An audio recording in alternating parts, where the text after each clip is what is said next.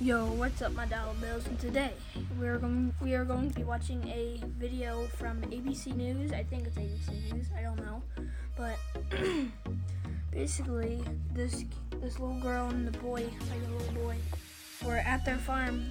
They went down to their farm where they were feeding chickens, and then this other guy comes out of nowhere and molests the girl. And the girl literally screamed so loud that their dad actually heard it. And once their dad got there, he literally beat the crap out of the guy, like the guy on his daughter. I mean, this is no joke. Like, this is also no joke. The father literally beat the crap out of this guy so bad that he literally died. No joke, he died.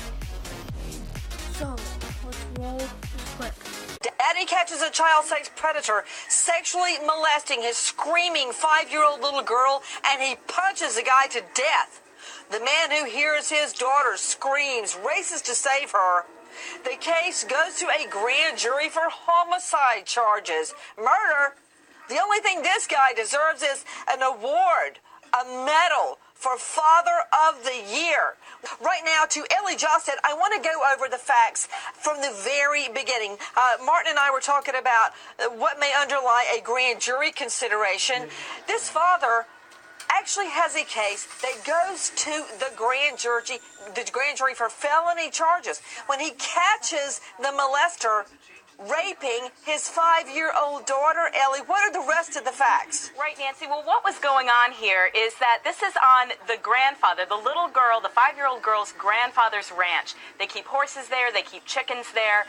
Allegedly, the little girl and her brother go off to feed the chickens. The rest of the adults are in another part of the ranch.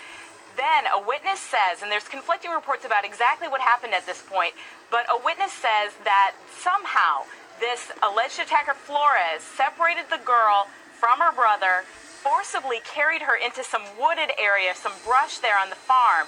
That's when this witness ran, got the father, said something's going on. Ellie, can you just plead it like it is? It's clearly the little boy, all right? Because they send the little boy and the little girl off to feed the chickens. They go off. They're all playing. This is a fun thing for them. Sure. The next thing you know, mystery witness runs to get his daddy because Mora Flores has picked up the 5, picked her up, and carried her off to the woods. And he hears his sister screaming. All right, go ahead.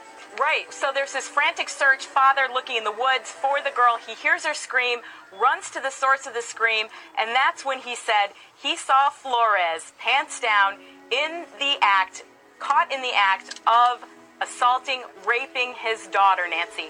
And that's when he says he pulled Flores off his daughter, struck him several times, and from that point we know Flores died almost right away. A grandfather who says he jumped the fence, also running to save the little girl, says that when he got there at the scene, Flores may have been dead already. That's how quickly this all happened. We are live in Shiner, Texas, where a man saves his daughter in the midst of a sex attack. His 5-year-old daughter punches a guy in the face and head. The guy drops dead. You can hear from the 911 call out to you, Martin Savage, CNN correspondent. He's desperately trying to save the pervert. And I know how you are, Martin. You want me to say the alleged child molester. You don't want me to call the guy a pervert. You know what? I believe the grandmother and the grandfather and the father, that there he was with his pants pulled down. Not only that, the whole family. Isn't this true? Martin Savage tried to do CPR on the pervert.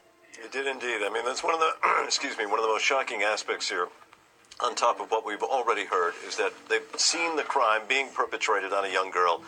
And then what do? They turn around and try to be the lifesavers on the same man who they've watched carry out this horrific act. And that is a remarkable statement about the family. And then, of course, call sense of extreme remorse the father is under as he desperately tries to seek help for this same person. But Martin Savage, why is the father pins and needles while this is taken to a grand jury? Thankfully, the grand jury did not charge him, Martin, but why did it have to go to a grand jury? You know, that question was asked. I asked it of the DA. She said this was part of the process that was necessary to go through, but it doesn't make sense.